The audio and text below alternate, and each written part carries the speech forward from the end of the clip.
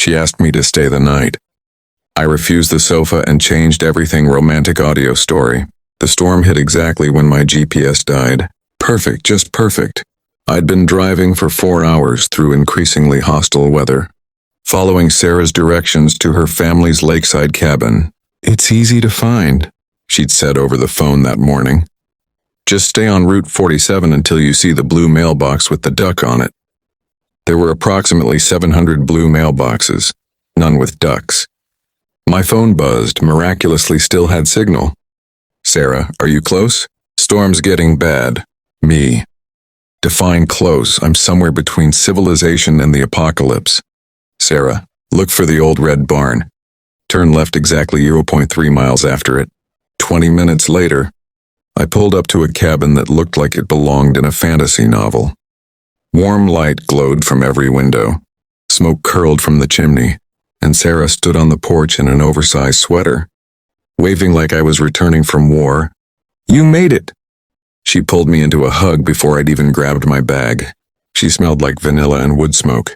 "Barely," I said, trying to ignore how perfectly she fit against me. "Your directions are terrible. My directions are poetic. You lack imagination."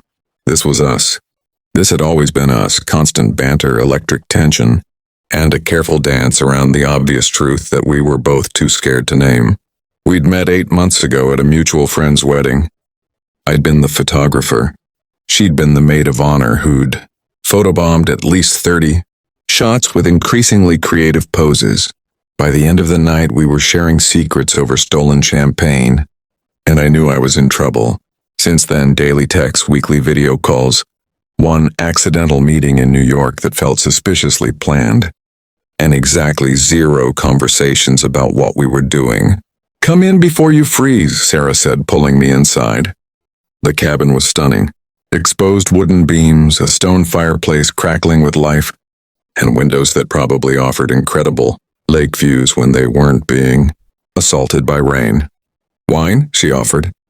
"Is that even a question?" She laughed and poured 2 generous glasses of red. We settled onto the couch, and I tried not to notice how close she sat, how her knee almost touched mine.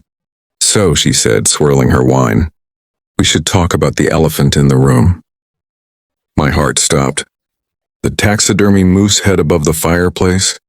"Jake," her voice was serious now, "I didn't invite you here just to hang out." Oh no, this was it. The conversation. The one where she either felt the same way or very politely explained that I'd misread everything and ruined a perfect friendship.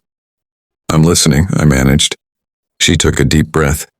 "I think we've been pretending for months now, dancing around something real because it's easier than being honest. But I'm tired of easy. I'm tired of dating people who aren't you and wondering why I'm bored by the 3rd date. I'm tired of seeing your name on my phone and feeling my whole day get better." My chest tightened. "Sarah, let me finish." She set down her wine glass, hands trembling slightly. "I know you live in Seattle. I know I'm in Minneapolis. I know it's complicated and messy and probably a terrible idea. But Jake, when I'm with you, nothing else makes sense except being with you more." The rain hammered against the windows. The fire popped, and I sat there frozen, every careful wall I'd built threatening to collapse. "Say something," she whispered. "I'm terrified," I admitted. "You're my best friend. If this goes wrong, what if it goes right?" That stopped me. What if it went right? What if all those late-night calls turned into falling asleep together? What if the inside jokes became shared routines? What if I stopped wondering what she was doing and just knew because I was there? "I've been in love with you since the wedding," I said quietly. "You were wearing that blue dress. You'd had too much champagne, and you told me about your dream of opening a bookstore cafe. You had this light in your eyes, and I remember thinking, I'm absolutely screwed." Sarah's breath hitched. "You never said anything. Neither did you. I'm saying something now." She was right. She was brave and honest and putting herself out there while I sat paralyzed by fear.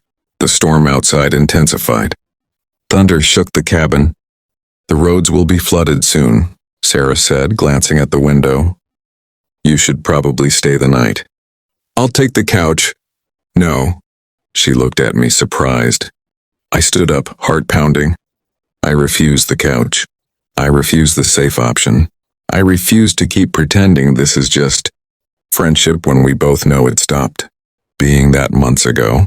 Jake, I'm staying, Sarah, not on the couch, not in some guest room. I'm staying in this with you, whatever this becomes. Seattle, Minneapolis, the distance, we'll figure it out. But I'm done being scared of losing you when I never really had you to begin with. Her eyes were shining. You've had me since the wedding. I just didn't know how to tell you. I crossed the space between us in 2 steps. Tell me now. I love you, she said, and the words cracked something open in my chest. I love how you remember what I order at coffee shops. I love that you send me terrible memes at 2 a.m. I love that you see the world through a camera lens and make everything beautiful. I kissed her. Finally, after months of wanting to, I kissed her. She tasted like wine and promises, and when her hands tangled in my hair, pulling me closer, I knew this was the moment everything changed. When we broke apart, breathless and grinning, the storm outside seemed quieter somehow. So, she said, lips still inches from mine, you're really staying? Try getting rid of me. What about Seattle? I'm a photographer. I can work anywhere. You're launching your bookstore. Minneapolis makes sense. Her eyes widened. You had moved just like that? Sarah, I've been mentally packing for months. I was just waiting for a reason. And I'm reason enough? You're every reason. We talked until dawn, curled together on the couch as the storm raged outside. We made plans. I'd start looking for apartments in Minneapolis.